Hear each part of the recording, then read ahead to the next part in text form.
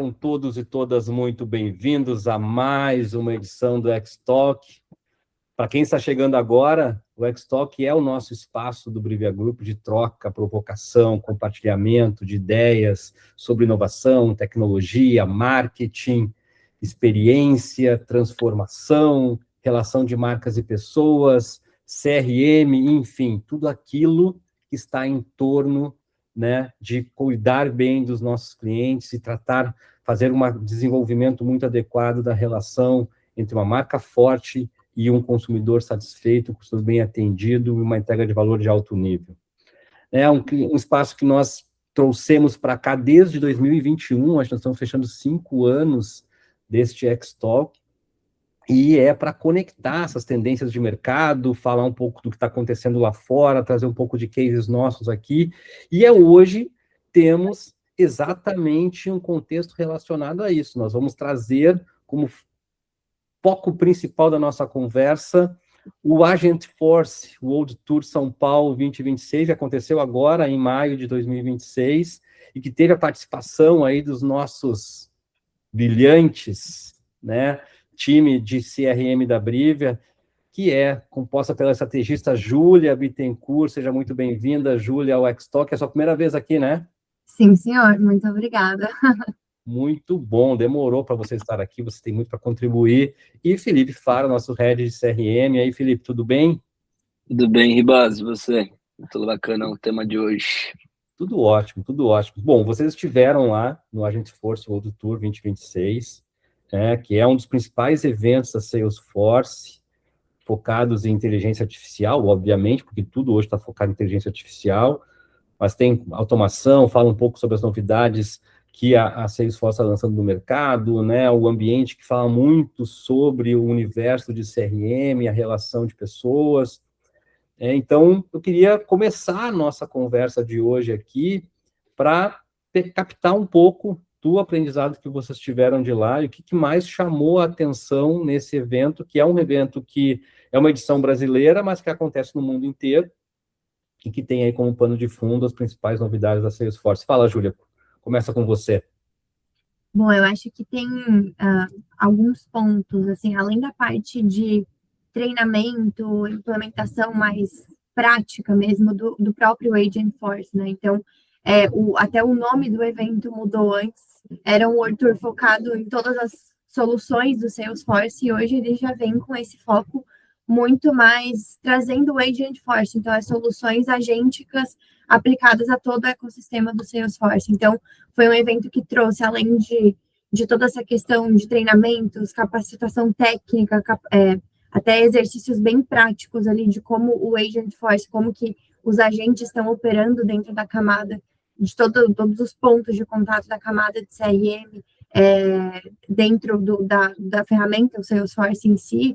Ele trouxe muitos business cases de grandes nomes, grandes players do mercado. A gente estava lá para entender o que de melhor tem sido trazido, né, por grandes marcas, e não só marcas do segmento privado, mas também terceiro setor, o que tem acontecido também no setor público, em termos dessas movimentações envolvendo migração para um CRM cada vez mais agêntico. E, além disso, assim, que a gente vai ser um grande ponto de discussão nossa aqui, que é o WhatsApp. O WhatsApp, ele veio com um grandioso foco no evento desse ano. Então, como que o WhatsApp, que é o canal favorito dos brasileiros, né? É o canal favorito dos consumidores latino-americanos.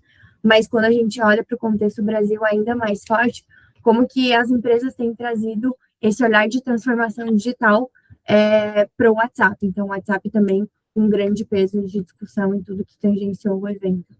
Total, cara. E eu acho que, assim, nós como parceiros do Salesforce, ali tendo uma parceria bastante próxima, não só como implementadores, mas como operação também ali da plataforma, a gente pôde acompanhar ao longo dos anos ali essa migração e esse foco muito para o Agentforce, né? Não só do ponto de vista de mudança até do nome, como a Júlia traz aqui, mas de fato do foco das evoluções de produto. O Salesforce acaba pivotando todo o grande esforço ali para essa camada de como que o IA potencializa ali toda essa atuação e esse ecossistema do CRM como um todo. E quando a gente faz esse comparativo com o evento do ano passado, até o do ano retrasado, cara, esse ano eu saí com uma sensação que o principal aprendizado do evento é que a IA em CRM, né, ela não pode mais ser tratada como um chatbot isolado, né, como muitas vezes como as empresas ainda estão atuando.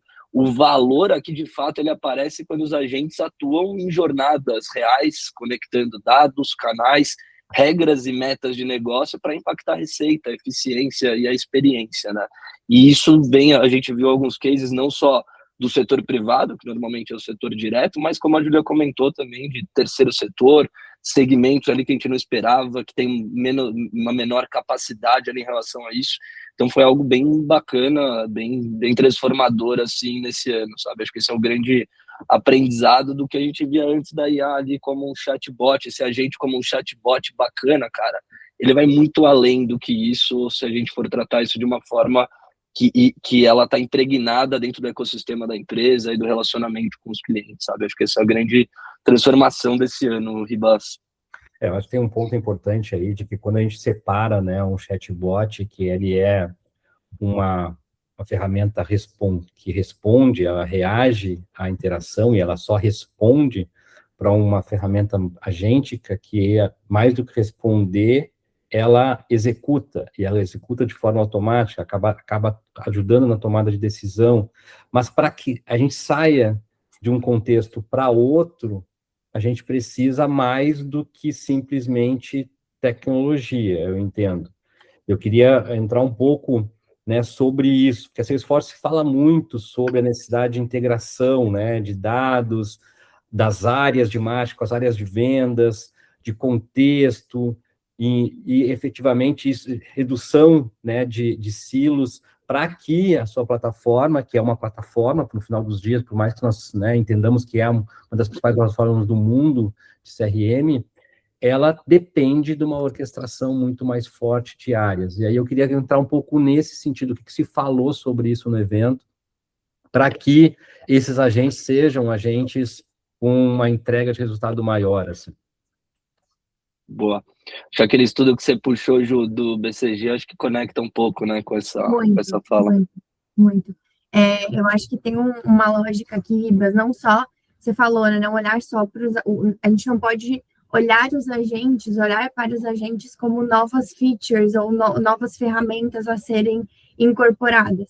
Além da orquestração, dessa arquitetura que você trouxe, a gente precisa olhar a IA e a construção de agentes para dentro não só para dentro do CRM, mas para dentro de todos os processos, enfim, de uma empresa. A gente precisa olhar a IA como uma nova forma de operar o negócio mesmo, sabe? Então, a Meta apresentou em um dos painéis, a Meta apresentou um estudo exclusivo que eles fizeram em parceria com a Boston Consulting Group, BCG, né? Onde eles falam muito sobre o que determina o sucesso de uma implementação de IA. E eu acho que e a BCG traz uma divisão 10, 20 e 70, sendo 10% o sucesso de uma implementação de IA vem 10% da capacitação, então, da capacitação das pessoas envolvidas em operarem a ferramenta, o conhecimento sobre a ferramenta, 20% vem da tecnologia em si, dos dados e da tecnologia em si, e 70% vem do modelo operacional, do modelo de gestão, sabe? Então, eu estava até debatendo com o FIA antes de a gente entrar aqui, será que 70% não é muito? Mas eu acho que tem uma questão de um peso muito grande, assim. Não adianta eu ter os melhores dados, não adianta eu ter a melhor tecnologia, se o meu time, se o meu modelo de gestão não suporta essa tecnologia e não absorve essa tecnologia para melhorar processos internos, processos externos e, eventualmente, melhorar o meu relacionamento com o cliente na ponta, sabe? Então, a IA não é uma ferramenta, não é mais uma feature, não é mais uma ferramenta de trabalho.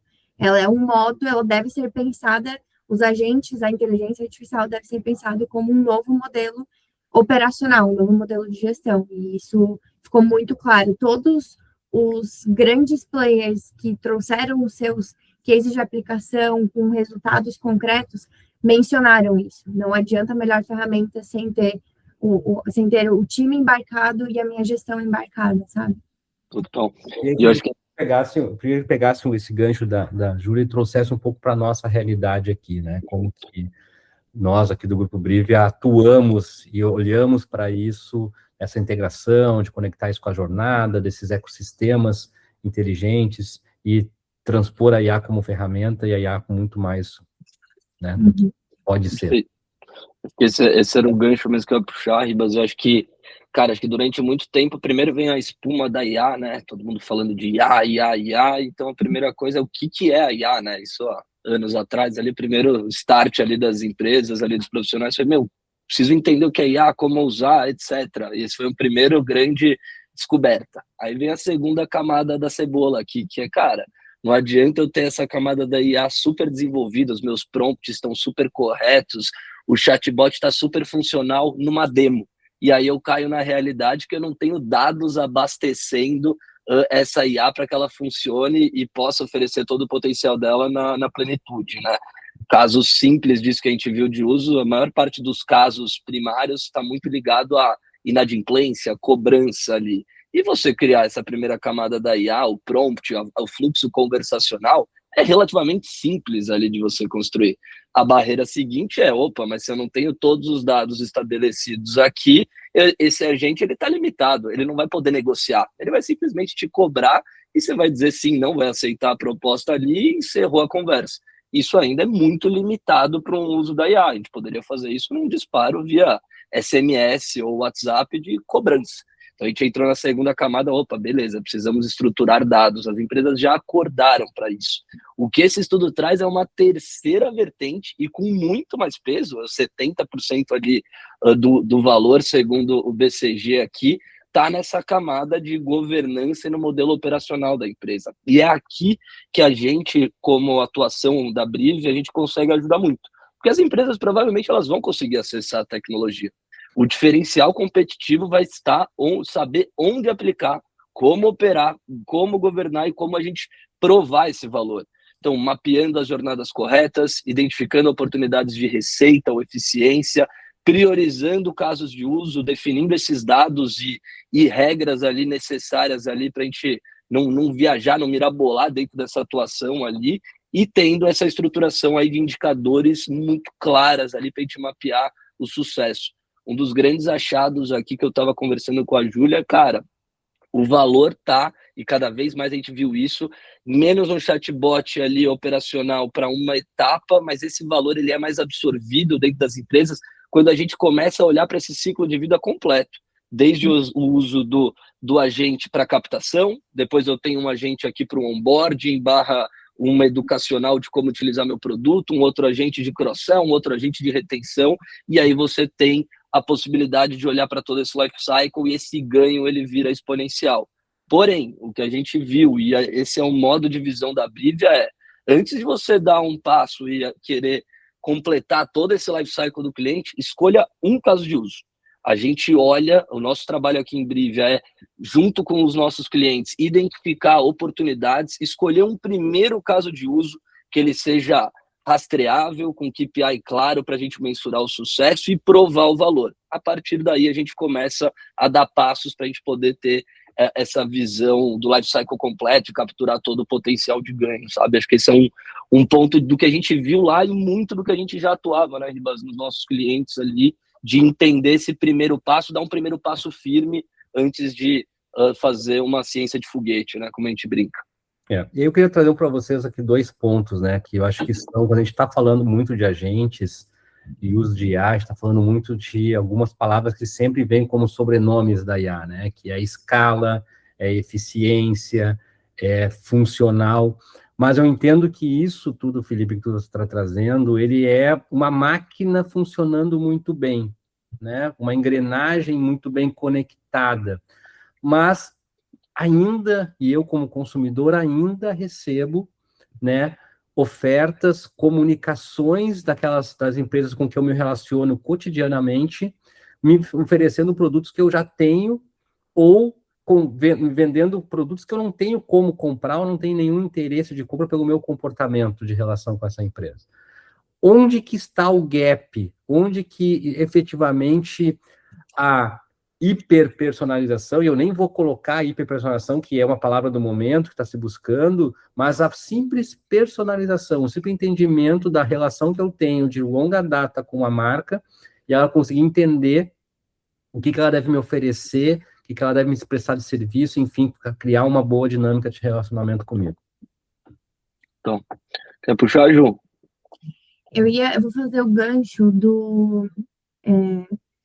sabe, eu pensei na hora naquele silo de dados do case de Unimed. O quanto a gente tem, assim, o que acaba acontecendo muitas vezes na minha visão. E até foi um dado que foi trazido em um dos cases da área, um case focado muito na área da saúde.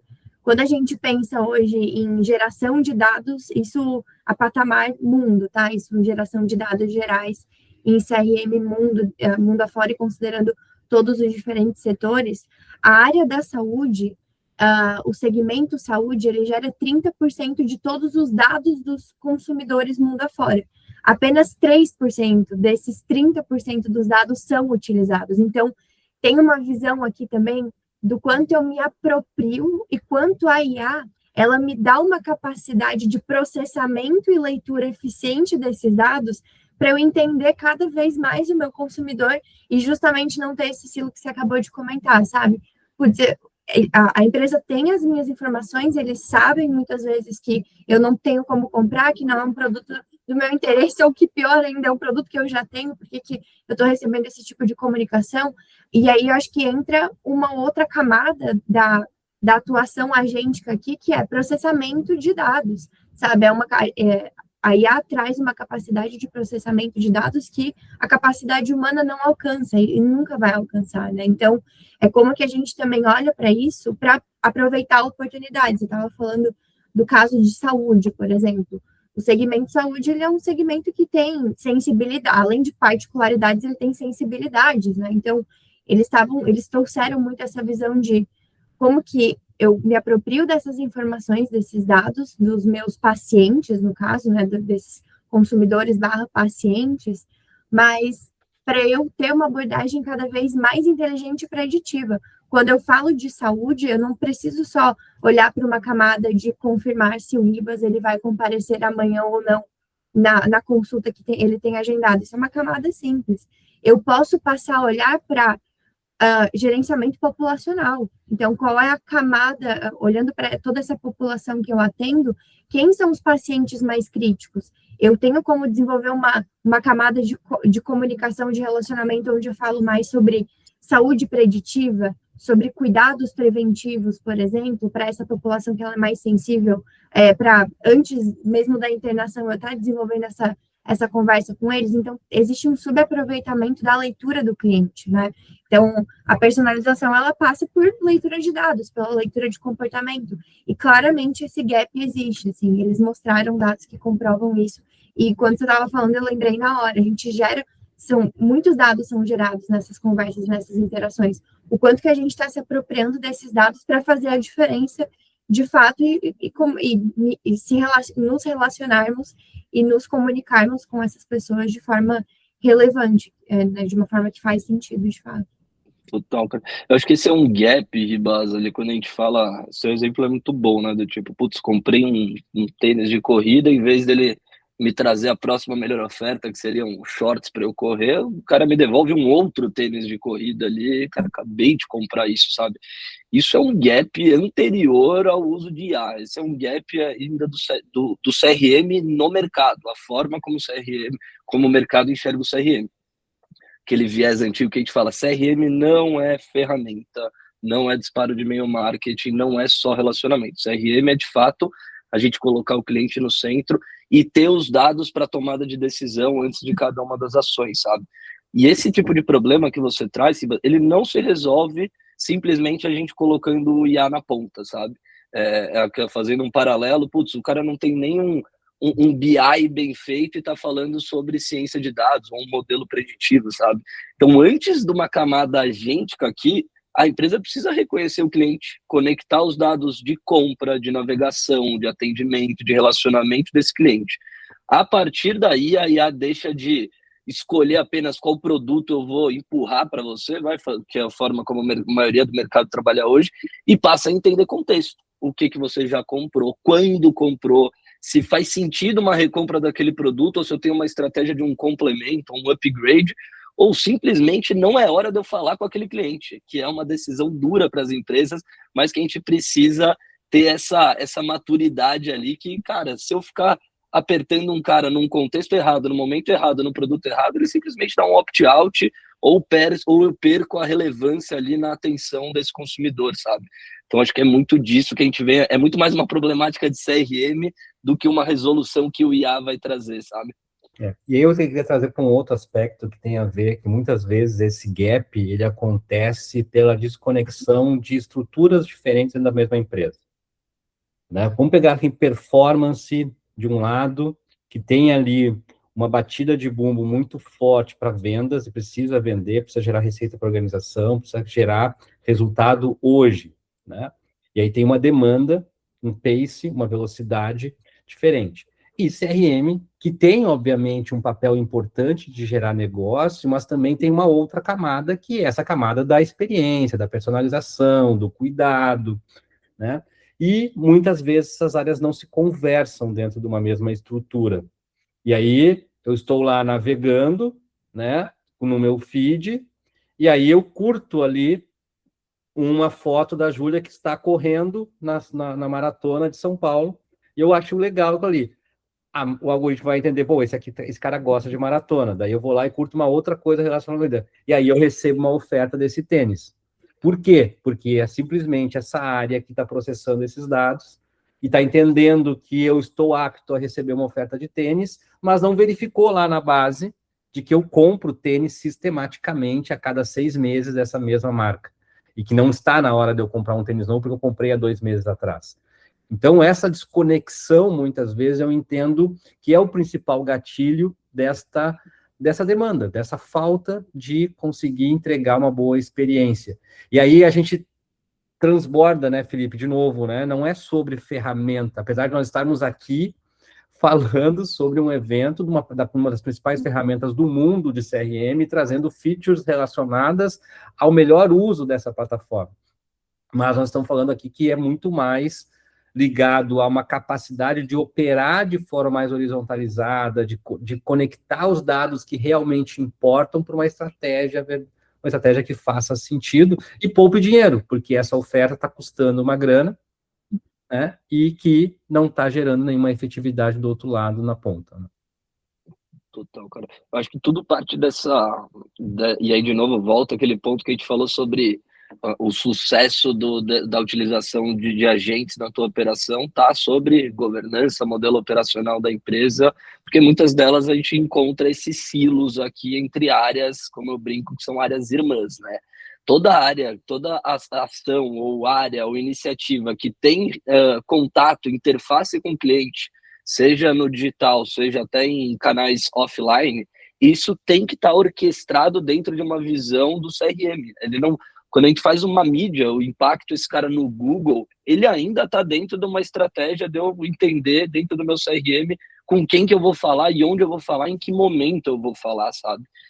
Obviamente, ali eu e a Júlia, como oriundos do CRM, a gente tem isso muito impregnado ali, né? Para a gente, o CRM é o grande cérebro de orquestração de uma boa visão de growth, de performance, e a experiência, a relevância, o relacionamento contribui para o crescimento do negócio. Essas coisas não estão desconectadas.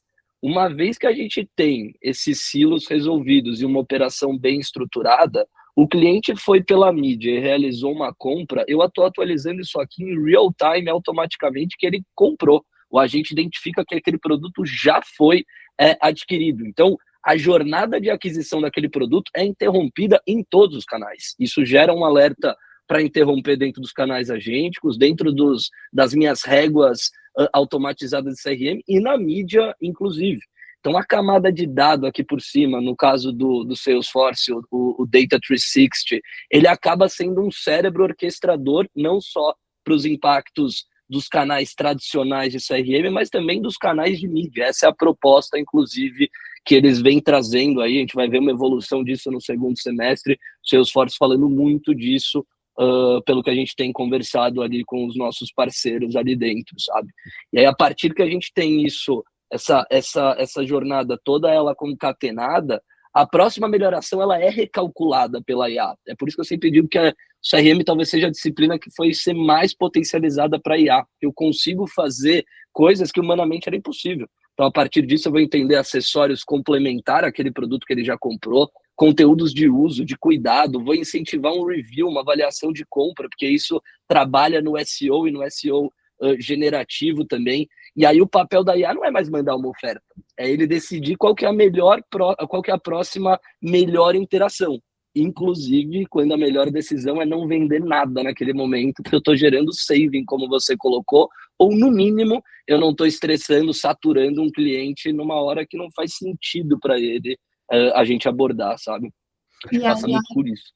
E a IA traz uma camada também para toda essa orquestração que o Felipe acabou de trazer, né? Então, como que eu mando esses sinais e faço com que esses sinais estejam se conversando dentro de um mesmo cérebro, dentro de uma mesma operação, tem uma questão também muito sensível, que é o timing ideal, e o quanto eu consigo ganhar escala quando esses sinais eles são enviados em tempo real, que é algo que muitas vezes a gente vê como impeditivo nas operações. Eu preciso alimentar um sistema, eu preciso alimentar minha base de dados, ou ter extrações aqui que não se conectam dentro de uma arquitetura única.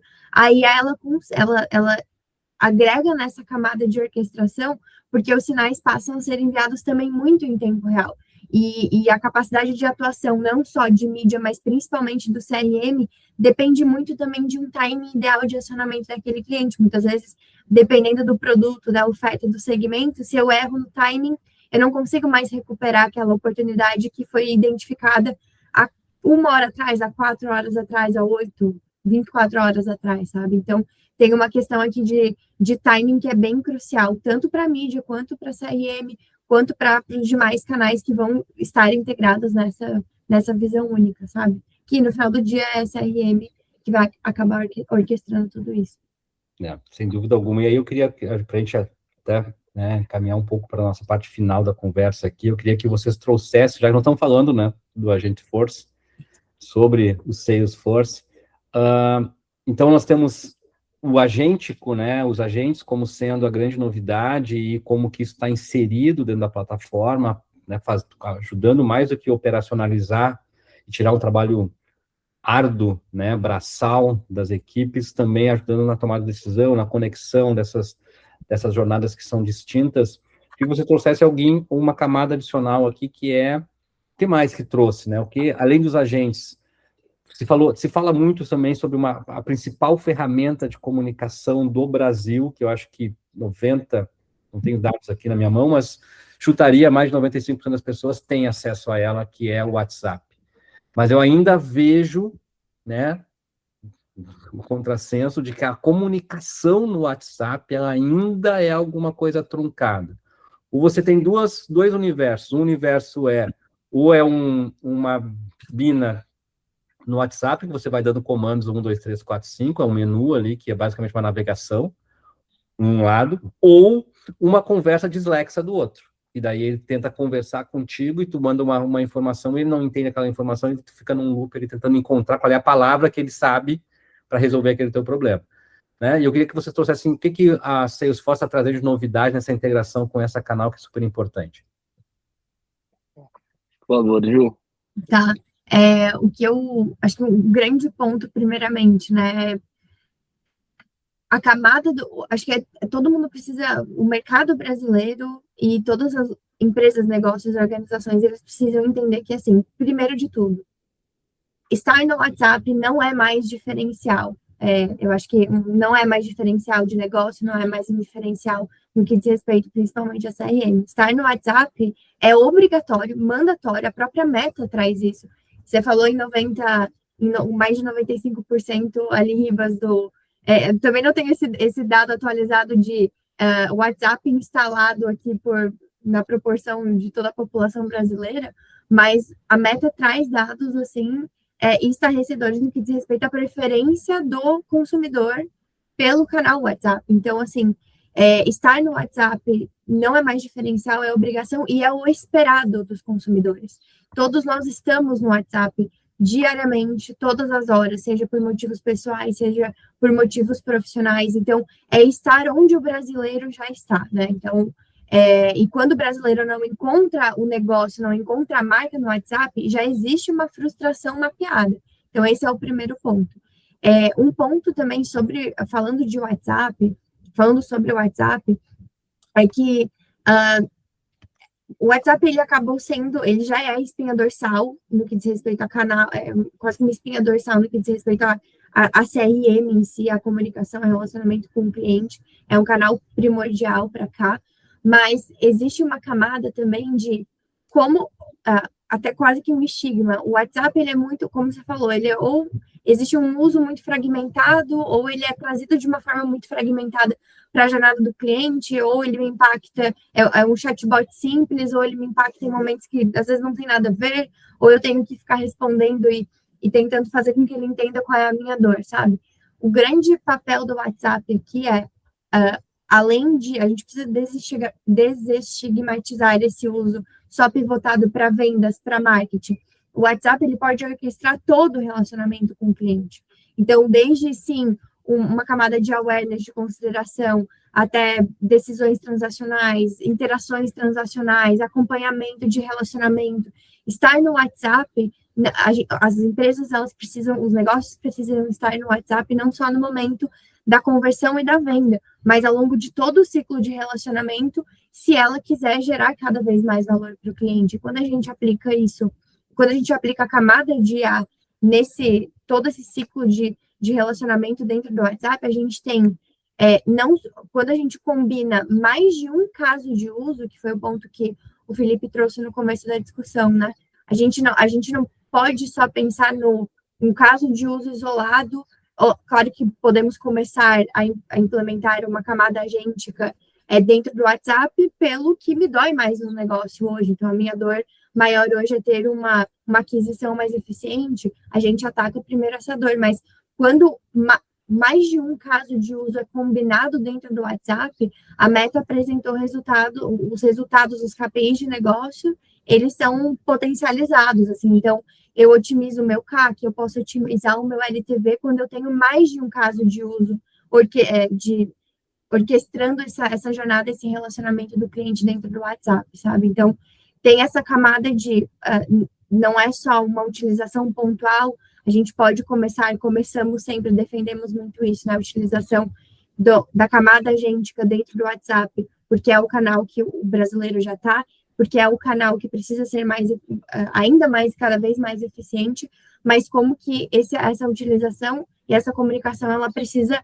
acompanhar o consumidor dentro de todo o ciclo de relacionamento que ele tem com a marca, sabe? Isso não pode ser abandonado, isso é muito importante. Muito bom.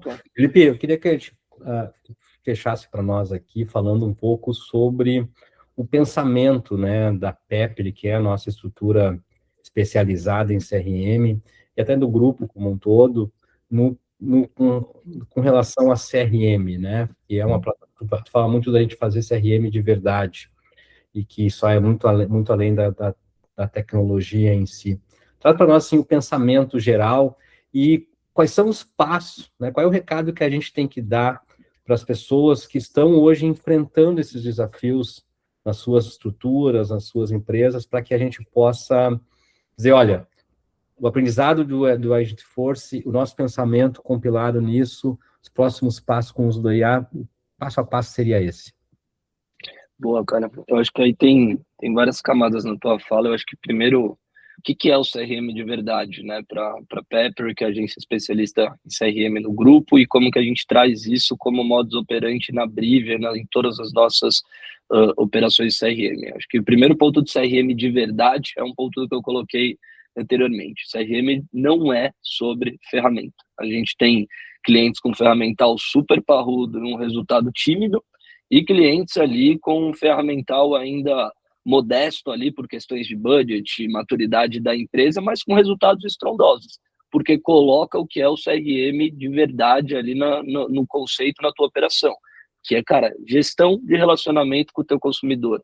Isso não inicia depois que ele vira teu cliente, isso começa desde a captação desse cliente, vai até a retenção ou a recuperação dele, e é pautado por dados para tomada de decisão, para entender em que momento da jornada esse cliente está, quem é esse cliente, para poder entregar o mantra do CRM, a mensagem certa, para a pessoa certa, no canal e na hora certa. E CRM é motor de negócio. A gente fala isso para todos os nossos clientes, para todos os nossos parceiros, é um mantra que a gente traz aqui para a área, né? Obviamente a gente olha para jornadas de relacionamento, mas a minha jornada de relacionamento ela tem um objetivo: criar boas conexões, atender a expectativa desse cliente, para no final do dia eu fidelizar ele, ou para melhorar, ou trazer ele para um cross-sell e aumentar a penetração dele dentro do ecossistema de produtos dos nossos clientes, e assim por diante. Então, esse olhar do CRM é uma ferramenta, ou ele é simplesmente um disparo de e-mail marketing ou de SMS, o mercado a gente tem que parar. Isso já tá mais que ultrapassado, e quem está entendendo isso hoje é uma vantagem. Amanhã as empresas simplesmente podem estar com alguma dramaticidade morta e perentes aos nossos concorrentes, né? E eu acho que o grande ponto que a gente traz aqui é esse, como que a IA aqui, ela não é mais uma promessa distante, sabe? Ou algo que a gente tem uma capacidade... Ela passa a ser uma capacidade real de transformar essa jornada do cliente. Mas, de novo, tecnologia sozinha não garante relevância nem resultado de negócio, sabe? Aquele exemplo da oferta que a gente falou de um produto que o cliente já comprou é muito simbólico. Porque não adianta ter o agente mais sofisticado se a empresa ainda não reconhece o cliente, não entrega seus dados e não organiza a operação para a gente tomar essas melhores decisões, sabe? E é justamente aí que a Brivia contribui para os nossos parceiros, os trabalhos CRM, para tornar o CRM essa camada estratégica que mexe ponteiro de negócio, conectando dados, canais, a inteligência e essa execução no dia a dia. E a tecnologia já está disponível. A diferença aqui daqui para frente será quem que a gente vai conseguir, quem de fato vai conseguir transformar essa tecnologia em jornadas relevantes.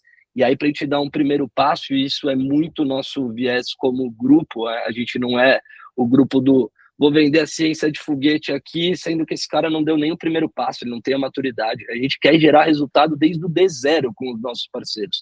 É por isso que eu trago ali em outro momento que a Júlia me trouxe esse ponto, eu acabei falando aqui por ela, que, putz, o ganho é exponencial quando eu vou trazendo vários casos de uso e começo a olhar para o life cycle completo do cliente. Hoje as empresas estão atuando muito no atendimento e na cobrança. Pô, tem uma série de outros momentos da jornada que a gente pode atuar. Mas antes de você mirar esse life cycle completo, cara, escolha um caso de uso bem estruturado, que mexe ponteiro de negócio, que tem KPI rastreável, e a partir desse caso de uso você mexe cultura da empresa, modelo operacional ali dentro e começa a construir. E a gente é muito bom nisso, assim, modéstia, sem falsa modéstia. A gente tem um lado técnico muito forte aqui, somos parceiros Salesforce, somos parceiros das principais ferramentas do mercado, mas a gente tem um olhar para o negócio que é anterior à parte tecnológica ou ferramental, e isso nos diferencia do mercado para que a gente possa contribuir, tanto as empresas que já estão engatinhando, já tem trabalhos robustos ali de IA, mas como para pegar aquela empresa que quer sair do zero, sabe? Eu acho que nós somos um bom parceiro para a gente começar a botar esse carro na rua e tirar todo o potencial. Muito bom. Opa, pode falar, Julia. Eu vou fazer um gancho aqui com essa ponta que o Fih fez, que é como a gente encara e observa os processos do negócio para, enfim, endereçar o que é mais o que é mais sensível, o que é mais nervoso, o que está mais latente ali como dor.